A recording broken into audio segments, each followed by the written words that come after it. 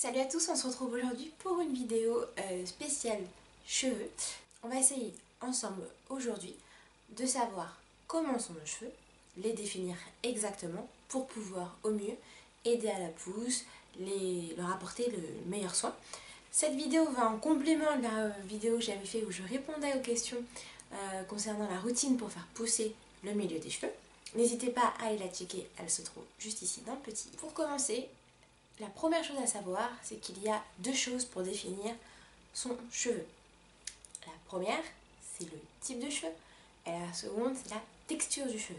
Quand vous aurez ces deux éléments, vous saurez exactement ce qu'il faut ou pas faire pour vos cheveux. Je vais expliquer ça par des exemples plus concrets par la suite, mais en tout cas, sachez que tout ce que je vais vous dire, vous pourrez le retrouver sur internet sans souci. Moi, j'ai pu le trouver en faisant des recherches, etc.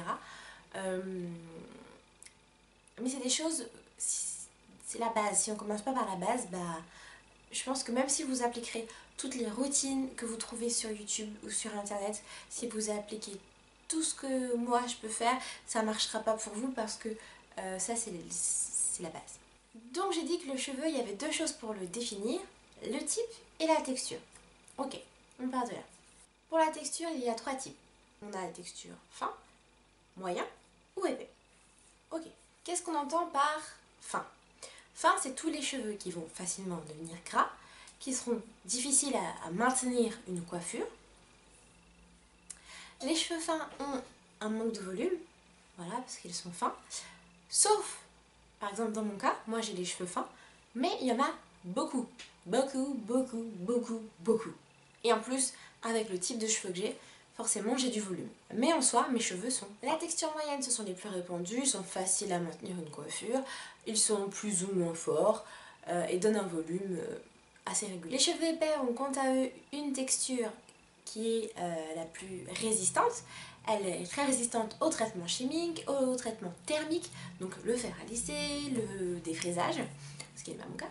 Il y a quand même un point négatif à avoir des cheveux très épais, enfin il y en a plusieurs mais moi c'est celui que j'ai retenu en tout cas, c'est que les cheveux épais mettent très longtemps à sécher. Alors maintenant on a vu le type, donc on va s'intéresser à la texture. Donc qu'est-ce que c'est la texture? On en dénote 4. Lisse, ondulée, bouclée et la dernière, frisée crépue. Pour les filles curly, eh bien on va s'intéresser aux 2, 3 et 4. Pourquoi je vous dis ça? C'est parce que tout simplement les textures sont numérotées de 1 à 4 et en fonction de leur ondulation de A à C. Ce qui explique que pour certaines, on dit qu'elles sont 3A, 3B, 4C.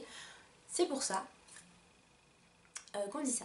Les caractéristiques de ces différentes textures, donc les lissées, en tout cas les textures lisses, ça sera les cheveux qu'on caractérise de cheveux européens, sont les cheveux qui poussent assez facilement, sans trop de contraintes. Sans trop. Voilà, parce qu'il y en a quand même. Ne nous accablons pas sur les cheveux frisés crépus et le reste, c'est merveilleux. Le numéro 2, les cheveux ondulés. Alors c'est avec eux qu'on va avoir l'apparition des petits frisottis. C'est la forme de S et les cheveux ondulés ne le sont pas forcément sur toute la longueur, ce qui sera le contraire des formes 3 et 4. Donc bouclés et frisés. La texture des cheveux bouclés, alors là on en verra forcément des frisottis. La boucle est du coup sur toute la longueur. Et dans cette catégorie, on commence à y glisser quelques frisés. Et donc la dernière catégorie, la 4, eh bien ce sont les frisés crépus, ceux qui sont réellement frisés et ceux qui sont réellement crépus. Ce sont ceux qui sont le plus sensibles au shrinkage, donc l'effet de rétrécissement face à l'humidité. Ce sont les cheveux qui ont le plus besoin d'hydratation, qui sont très fragiles et on trouvera dedans les formes de S et de Z. Pourquoi je vous dis ça, on comprendra plus tard. Donc nous avons de 2 à 4, donc les cheveux curly, donc de bouclés à crépus, et de A à C pour définir leur forme. Voilà.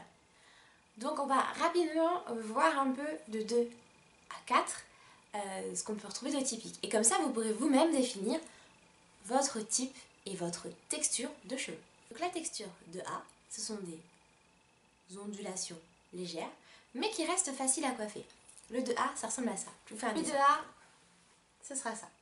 Le 2B, c'est le début des grosses ondulations. On commence à voir le S et les frisottis aussi apparaissent. Ça, Vous voyez la différence, le S apparaît.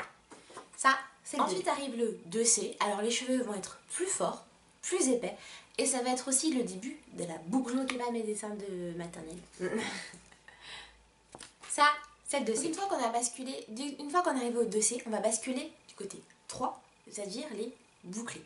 Donc ça, c'est ma catégorie. Le 3A, c'est les boucles que tout le monde souhaite, je pense, en tout cas. Ou en tout cas, c'est les boucles goal un peu de, on va dire, la majorité des filles qui ont les cheveux bouclés crépus, curly, exactement.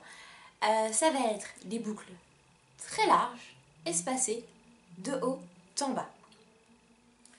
Le petit dessin. Donc de larges boucles, espacées, de haut vers le bas. 3B, les boucles vont se resserrer et on va gagner en volume. Ça c'est 3B, boucles qui se resserrent et on gagne en volume. Et enfin, là, ça va être ma catégorie, donc la 3C, c'est des boucles qui vont être vraiment très resserrées, mais très serrées, et qui vont donner un effet de volume. C'est les cheveux qui vont commencer à plus être en hauteur que en longueur. Ça, c'est moi. Dans la catégorie 3C, on va aussi mettre donc, celles qui sont frisées. La boucle est tellement resserrée qu'on peut dire qu'on est frisé. Donc, 3C, c'est bouclé frisé. Donc, on a des petites boucles resserrées. Oui, là, on voit vraiment. Non, c'est faux. Je vous mettrai une photo de moi dans une de mes miniatures. Vous verrez de toute façon, quand j'ai la touffe, que j'ai des petites boucles très resserrées. Donc, on est arrivé, encore une fois, à la limite. Donc, on a dit qu'on avait des petites boucles resserrées et qu'on commençait à être frisé. Et bien ensuite, paf, on bascule dans la 4e catégorie, frisé crépus. Donc la catégorie 4A, donc ce sont les gens qui ont des toutes petites boucles, très resserrées. Et là, on va être très sensible au shrinkage, donc au rétrécissement des cheveux avec l'humidité. Ces cheveux vont avoir des toutes petites boucles et vont être fragiles et secs. Très fragiles et secs. Encore plus que les catégories. Les 4A, c'est cela. Ensuite, la catégorie 4B, donc eux, on ne parle plus de boucles, on va parler de zigzag, de Z. C'est pour ça qu'on dit que la catégorie des cheveux crépus frisés sont soit sous forme de S, soit sous forme de Z. C'est pour ça. Donc ça va être un cheveu, enfin en tout cas réparti par touffe, par masse, très dense, mais qui peut être fin ou épais. Je vous montre mon schéma. Ça, c'est 4B. Vous voyez? Petit zigzag en paquet, fin. Oui. Et enfin, la catégorie 4C, donc c'est celle où j'ai trouvé le moins de description en fait unanime, mais de ce que j'en ai compris en tout cas, c'est que les 4C n'ont pas une définition naturelle, ils ne sont pas que bouclés ou que en zigzag ou que en Z. Ça regroupe un peu tout le reste en fait. C'est donc tous les cheveux crépus, donc très bouclés avec des boucles très resserrées ou des ailes très resserrées, fins ou épais, moyen aussi. Voilà, ça c'est la catégorie 4C. Donc pour mon schéma, j'ai fait n'importe quoi. Donc voilà, pour vous illustrer tout ça, je vous ai fait mes petits schémas. J'espère que cette vidéo, elle va vous aider à comprendre quel est votre cheveu et aussi vous faire comprendre que votre cheveu n'aura pas forcément les mêmes besoins. Si vous avez le cheveu fin, comme moi par exemple, eh bien il ne faut pas trop l'alourdir, ni lui apporter une hydratation trop abondante parce que vous risquez d'arriver au contraire au moment de les étouffer et vous allez aussi les casser.